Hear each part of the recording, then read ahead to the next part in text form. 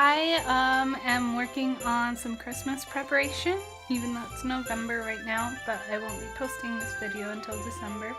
And I wanted to make a tree skirt.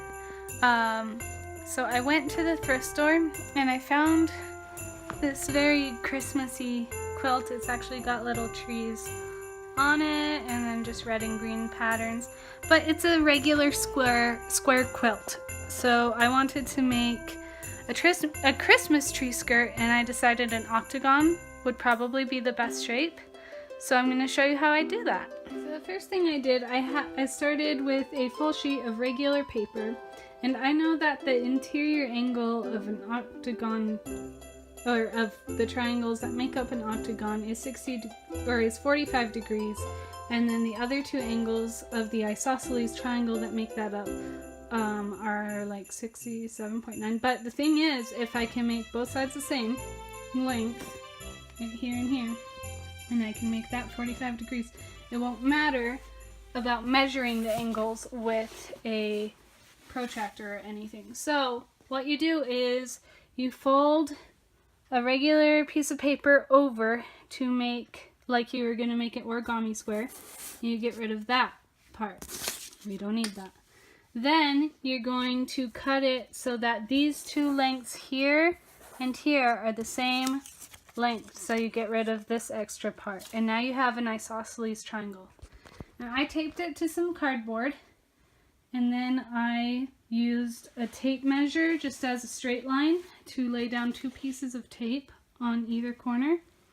And then I just used a piece of wood. This is actually what holds the keyboard on the desk, so that I could get a nice long straight line. So I just used this as a straight edge to draw those lines. And now all I have to do is cut out this template and use chalk to trace it onto the blanket where I want, and cut out 8 triangles. Okay, so I have been filming and editing and posting and re-downloading so I can edit on my computer what was on my phone, and I've realized in doing so I never finished the Christmas tree skirt video, whatever this is. But I did finish the tree skirt a while ago, and I'm so sorry about that, but I'll show you how it turned out and explain how I did it. So this is my tree skirt. Obviously I don't have my tree yet, and I have the ornaments in the box and my coat by the side because the front door is right there, and it's for breathing outside. Anyways, so I cut out those triangles, and you can make out where each triangle is.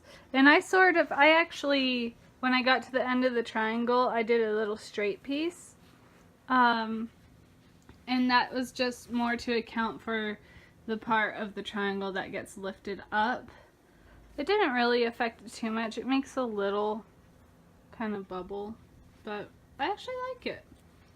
And I don't have enough space, so I had to fold part of it over by the wall. But what I did, if I flip this over, is I sewed each of the triangular panels together, and I didn't finish it or anything. I literally just laid them flat on top of one another, one at a time, and did a straight line.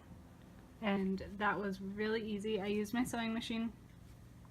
And so I did that all the way around. For these 2 end panels right here, I did half a triangle for each of them because I wanted to use the end of the quilt so I wouldn't have to worry about finishing anything. And using the edge of the quilt for this was really good. Like I said earlier, it was a rectangular quilt. I think I said square, but I meant to say rectangle. Which is why I didn't want to just cut a hole in the middle. Anyways, then I just used a little bit of white ribbon, and I darted it to each side and tied bows, and I added 4 of those. 1, 2, 3, 4.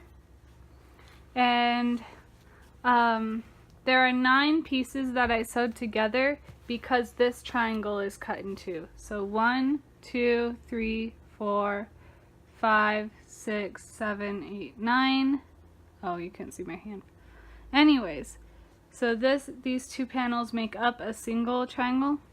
Then what I did is I had my tree stand.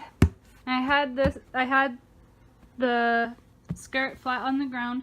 I flipped my tree stand over on top of it so that this was down, and then I used chalk to trace around the circle. And it wasn't like the most even of cutting, and I didn't sew all the way to the tips because I knew I'd be cutting. So I started the straight line sewing like 3 or 4 inches from the tip of each triangle. Anyways, then I cut those tips off where the chalk lines were. I didn't really worry about it being even because I knew I would even it out later when I sew it. To finish. Obviously it's not like real finished, but to finish that edge so it's less noticeable, especially from like this distance. And then I used the same technique on the top as I did on the bottom hem, where I really just flipped it over. And what I did was, instead of focusing on the octagon, which is more circular octagon, which is great because that's what we're going for, instead of focusing on that, I focused on each panel because I knew that each panel had a straighter edge. And so I pinned each panel with like 3 or 4 pins and then went across. But I kept the machine going, and I pinned each panel individually and then just worked out the little junctions between the panels. And it was pretty easy. I did the same here, where I just folded it over and went through. And I didn't use any fancy stitch. I just used a regular, straight, easy stitch. I'm not a sewing machine whiz. So yeah, that's my Christmas tree skirt. And if I stand up, you get a better view of it, except for where I was just sitting. There you go. And like I said, I folded it over next to the wall. And it's not the most symmetrical thing in the world, but it is the colors I want, and I like it. It's festive and fun, and that's what I'm going for. Anyways, thanks for watching. Bye.